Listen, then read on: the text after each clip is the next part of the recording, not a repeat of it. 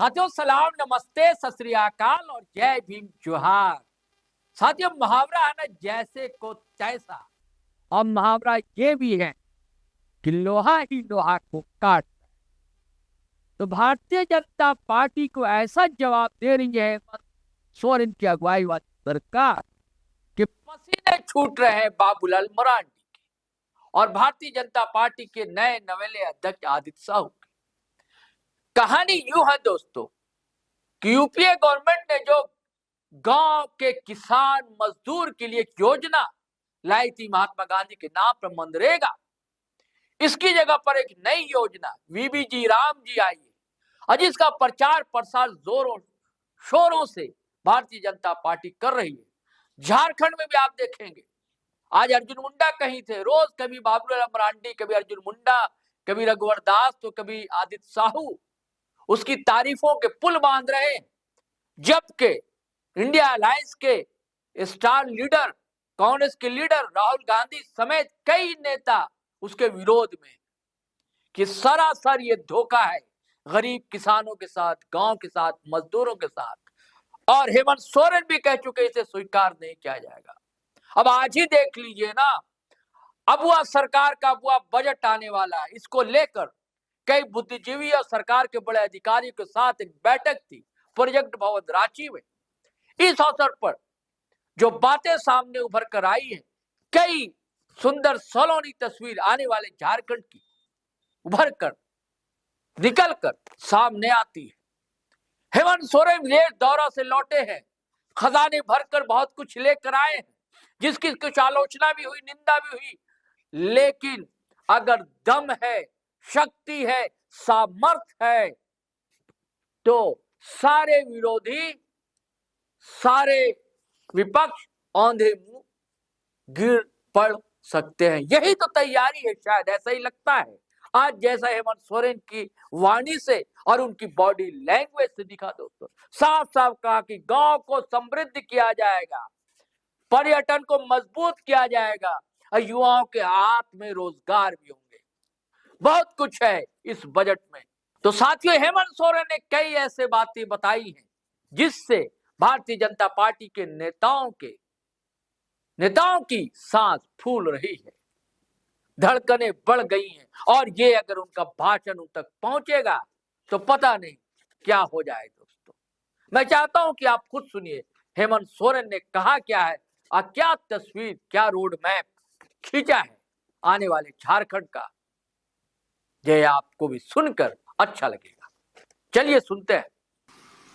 राज्य का बजट कैसे हो, इस पर आज विशेष चर्चा है और काफी दिनों से ऑनलाइन सुझाव भी मांगे जा रहे हैं और कई संस्थानों के साथ हम लोगों ने अपना सहयोगी के रूप में उनसे परामर्श भी लिया और कई चीजें उभर के भी आई हैं और आ भी रही होंगी।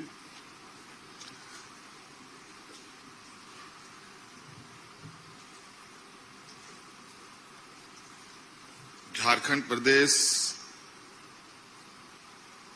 यूं कहा जाए कि देश के अलग अलग राज्यों में सभी राज्य अपने अपने अलग अलग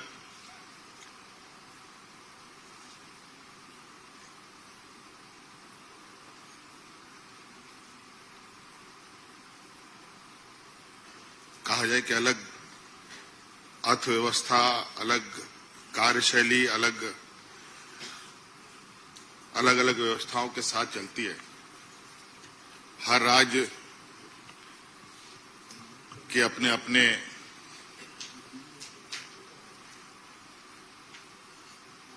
राज्य को एक विकास के रास्ते पे ले जाने के अपने तरीके होते हैं। झारखंड प्रदेश कहा जाए कि देश के अत्यंत पिछड़े राज्यों में से एक है और छोटा राज्य भी है, लेकिन यहां पर कई बड़े आर्थिक गतिविधियां इस राज्य में होती हैं।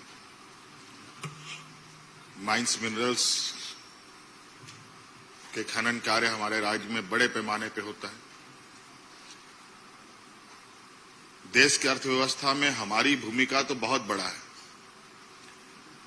राज्य की अर्थव्यवस्था को हम कैसे मजबूत करें, ये राज्य सरकार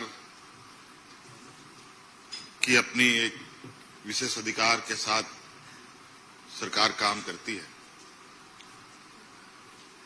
और निरंतर हम लोगों ने एक बेहतर प्रबंधन के साथ और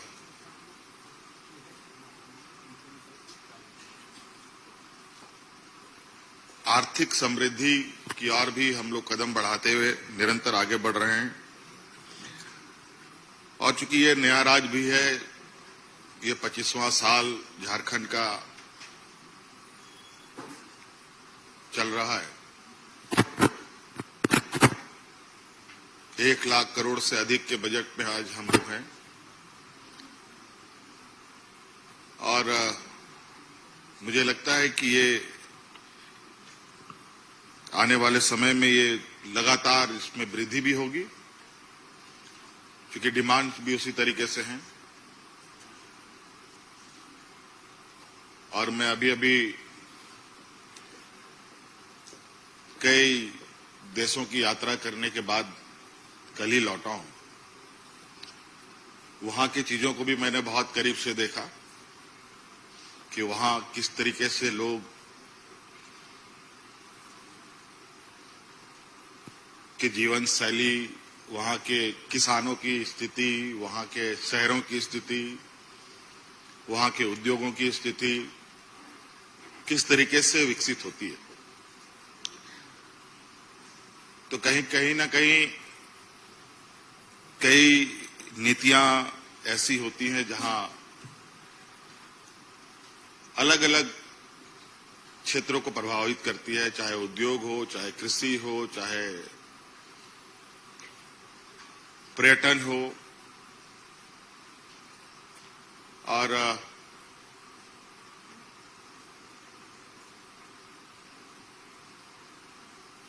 कई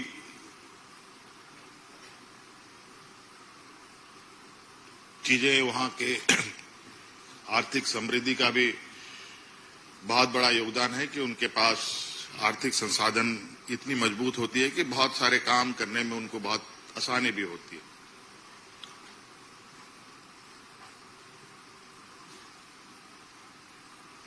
हम लोगों ने भी विगत दिनों कुछ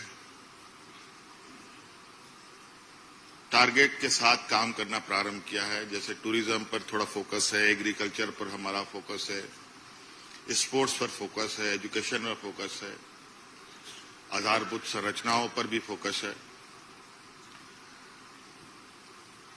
और चूंकि हर काम को करने में जो भी बाधाएं आती है, वो सबसे पहले आती है पैसों का। पैसे कहां से आएंगे? शहरीकरण बढ़ रहा है हमारे राज्यों में, पूरे देश में। शहरों को अपने पैरों पर भी खड़ा कैसे करना है, इस पर भी विशेष हमें ध्यान देने की आवश्यकता है।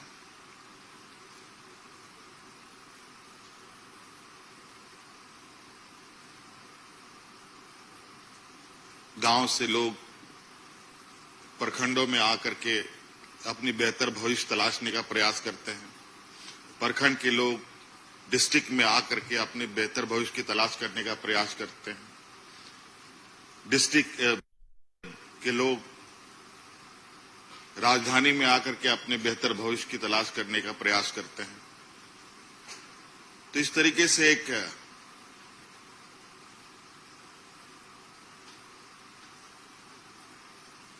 जो एक आम नागरिक का विचरण है, ये विचरण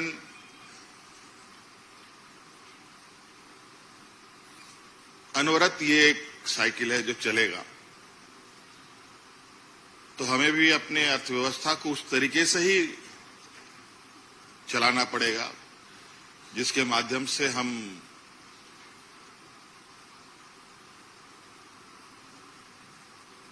गांव से शहर की चीजों को परस्पर कनेक्ट कर सकें, हमारा ये बिल्कुल अस्पष्ट थोड़ा सा चीजों पर हमारे राज्य की जो यहाँ की भावनाएं, यहाँ की जो संस्कृति है, यहाँ के जो लोगों का रहन सहन, लोगों का तरीके हैं, उनके अनुरूप उनको हम कैसे सहायता हम लोग कर पाए। जैसे कि अभी एग्रीकल्चर पर हम लोग निरंतर नए प्रयोग कर रहे हैं और अच्छे बेहतर उसका परिणाम भी है।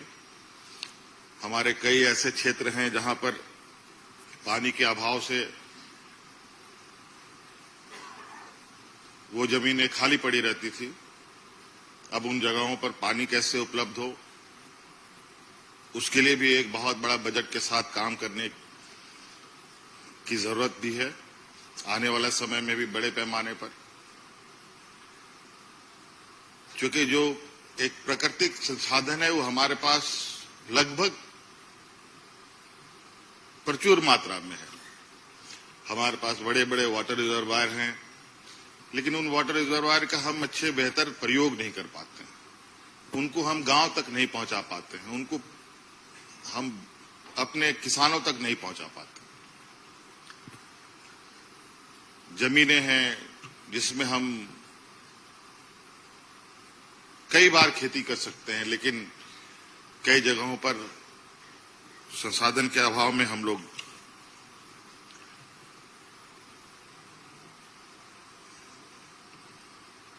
उसमें भी कहीं थोड़ा पीछे हो जाते हैं। अब चूंकि नया जनरेशन भी आ रहा है, नए जनरेशन की एक डिमांड अलग है। नई जनरेशन अब थोड़ा सा एग्रीकल्चर साइड से हट करके एक नए रास्ते की तलाश में है। उनके लिए भी एक चुनौती है, एक अच्छे बेहतर स्कूल, बेहतर कॉलेज, जहां वो आज की कॉम्पिटिटिव लाइफ में अपने को खड़ा कर पाए। इस दिशा में भी हमें एक मजबूत आधारभूत संरचनाओं की आवश्यकता पड़ेगी। स्वास्थ्य के क्षेत्र में भी कई चुनौतियां हैं, चूंकि हम लोग का ये राज्य थोड़ा चुनौती भरा है, चूंकि पहाड़, नदी, नाले, थोड़ा टेरेन हम लोग का जो भौगोलिक ये थोड़ा टफ है, जहां कई सारे चीजें जो हमें सुविधाएं पहुंचानी है उनमें भी चुनौतियां होती हैं और कई सारे लोगों को भी कोई लाभ लेने में कई दिक्कतें आती हैं।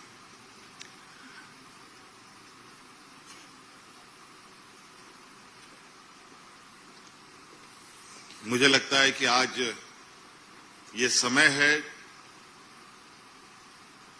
एक बेहतर समय है, जहां राज्य के लिए एक मजबूत और बहुआयामी एक बजट की आवश्यकता राज्य को है, जहां हर क्षेत्र में जहां हमें लगता है और हमें दिखता भी है कि राज्य में क्षमताओं की कमी नहीं है। हमारे यहां अच्छे किसान भी हैं, राज्य में अच्छे छोटे मझोले उद्यमी भी हैं, राज्य में अच्छे हमारे खेल के क्षेत्र में भी अच्छे नौजवानों का मौजूदगी है। पर्यटन के क्षेत्र में भी हम बहुत बेहतर स्थिति में अपने को खड़ा कर सकते हैं।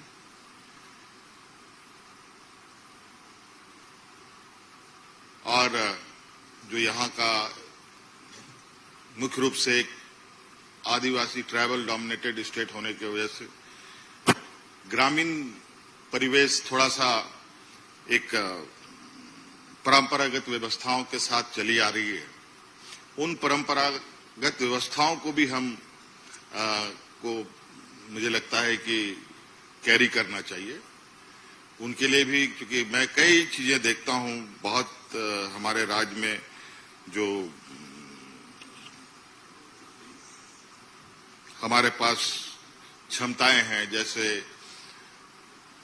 एग्रीकल्चर प्रोडक्ट में अगर हम कहें कि लाह का उत्पादन, देश का हम लोग पहला राज्य हैं जो सबसे अधिक लाह उत्पादन करते हैं, लेकिन उसका वैल्यू एडिशन नहीं कर पाते। हम तसर सिल्क का जो कोकून है वो हम देश में सबसे अधिक उत्पाद करते हैं, लेकिन उसका हम बेहतर उपयोग नहीं कर पाते। तो इन सब चीजों पर भी हम आज एक अच्छे स्थान पर जा सकते हैं। आज जिस देश में कोकून होता ही नहीं हो, तसर बनता ही नहीं हो, लेकिन वहां सिल्क के नाम पर आज दुनिया में सबसे नंबर 1 देशों में वो गिनती में आते हैं। तो कहीं ना कहीं हम लोग का कुछ जो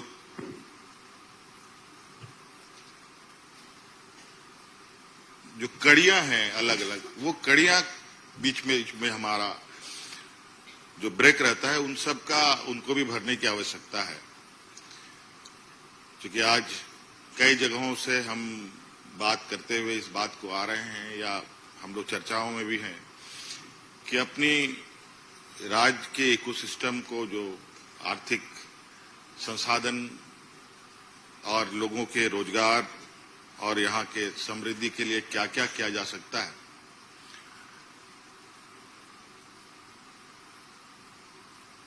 उस पर निश्चित रूप से हम लोग अब एक मजबूत रूपरेखा के साथ आगे हम लोग जाएंगे। मैं अभी ही पूछ रहा था कि जो हम लोग आज यहाँ बजट संगोष्ठी में बैठे हैं, कई राज्य ऐसे हैं जैसे तिरुपति है और कई ऐसे धार्मिक स्थल है जहां पर वो अपनी एक बजटीय व्यवस्थाओं के साथ इतना बेहतर तरीके से चीजों को संचालित करते हैं। वो उनका क्या मॉडल है, उनका किस तरीके से चीजें होती है, वो मैं जानने की कोशिश कर रहा था, तब तक मैं आपके बीच में आ गया। तो ये बात है कि कहीं चीजें कुछ जगह पर अच्छी तरीके से भी काम कर रही है, और हमें भी थोड़ा अपने लोगों को सरकार के बजट के साथ जोड़ना पड़ेगा, उनको भी एक जिम्मेवारी देनी पड़ेगी। मैं अभी जिन देशों में गया था, वहां पर लोगों का जीवन और सरकार के साथ जो उनके लिए जो व्यवस्थाएं हैं, उनका भरपूर उपयोग कैसे लोग करते हैं। उनका घर तो अपना घर है ही, बल्कि जो बाहर उनका जो सरकारी व्यवस्थाएं हैं वो भी उनका घर के बराबर। घर से उठे लोग चलते हैं, चलते चलते खाना है, चलते चलते अपने को फ्रेशअप भी करना है और काम भी करना है, और सबके लिए लोगों को अब कोई टॉयलेट यूज करता है, टॉयलेट यूज करने के लिए भी उनको पैसा देना पड़ता है। ट्रेन में चलो, ट्रेन के लिए भी पैसे देने पड़ते हैं। हर चीज में उनको आर्थिक सहयोग, आर्थिक ये उसके अनुरूप उनको सुविधा भी उसी अनुरूप में मिलता है। तो हम चाहेंगे कि हमारे जो विभाग सब जो हम लोगों के चलते हैं, अलग अलग जो विभाग हैं, सभी विभाग को वित्त और हमारे जो बजट के अनुरूप जो उनको जिम्मेवारी मिलती है, अगर वो बजट हम लोग एक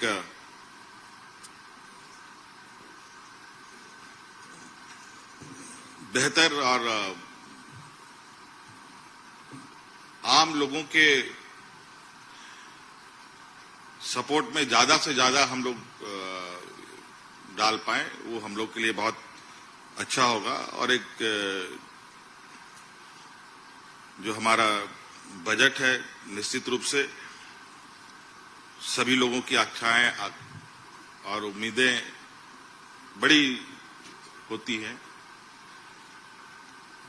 हाँ, ये बात जरूर है कि अभी हम लोग कई चीजों में थोड़ा इसलिए है कि नया राज्य बना है, हमारे पास वर्कफोर्स भी बहुत उतना नहीं हम डेवलप कर पाए हैं जहां हम अपना हैंड्स को खड़ा कर पाए। वो भी धीरे धीरे हम लोग, अगर हम देखेंगे कि हमारे वित्त विभाग जो संसाधन एकत्रित करने वाला विभाग है, उनमें भी कई पदाधिकारियों की कमी है। उन सबको भी हमें जल्द से जल्द हम लोग उसको भरने का काम करें, ताकि हम लोग के सभी कोने से हमें सहायता और सहयोग मिल सके। आज जो हमारे बीच आए सभी संस्थानों के विशेषज्ञ और जो जितने भी सलाह आई हैं, जितने भी सुझाव आए हैं, मुझे उम्मीद है कि इस बार का बजट, हर बार तो प्रयास हम लोगों ने किया है, लेकिन इस बार एक मजबूत बजट के साथ हम लोग 2026 के साल को आगे बढ़ाएंगे, ताकि यहाँ के हर वर्ग, हर विषय को हम मजबूती से हम लोग उस पर काम कर सके। आप सब लोगों को बहुत बहुत शुक्रिया, धन्यवाद, जोहार। साथियों, आपने हेमंत सोरेन की बातें सुनी। अब देखते हैं हेमंत सोरेन भी क्या कहते हैं, या सिर्फ ये वाणी ही रह जाती है, या कुछ तीर भी चलेगा और कुछ फायदा भी झारखंडियों को, आदिवासियों को, मूलवासियों को, युवाओं को, मजदूरों को, किसानों को इस बजट से मिलेगा। ये देखने की बात होगी। लेकिन गुजारिश है जाने से पहले कि आपने हमारा चैनल सब्सक्राइब नहीं किया तो कर लीजिए। वीडियो हमेशा की तरह धड़ाधड़ फटाफट खटाखट शेयर कीजिए, लाइक कीजिए, कमेंट कीजिए, और हाँ, फेसबुक पर भी आया कीजिए, अच्छा लगता है। चलिए चलते हैं। जय हिंद, जय भारत।